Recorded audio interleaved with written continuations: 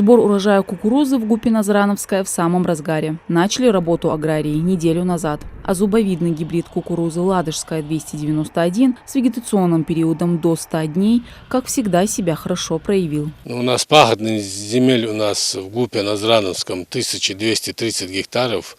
Кукуруза посеяна на площади 440 гектаров. У нас урожайность кукурузы у нас свыше 50 центнеров.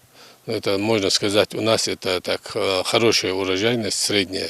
За неделю собрали уже 1500 тонн урожая. Рассчитывают закончить через пару дней и достичь 2000 тонн. Для этого комбайнеры трудятся с 8 утра до 6 вечера. Сегодня на смене специалист с 25-летним стажем Вадим Стрельцов. В ГУПе Назрановская трудится уже 5-й год. Условия работы нас, как говорится, устраивает полностью. Заработная плата, соответственно, устраивает. Поэтому и работаем 4-5 год.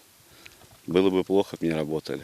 Урожайностью агрономы довольны, как и в прошлом году. Меньших результатов они не ждали, ведь в летний сезон за культурами был необходимый и правильный уход. Посевы мы использовали сложные удобрения нитроамофоску.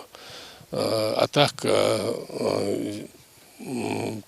при опрыскивании мы применяли гербициды лучшие.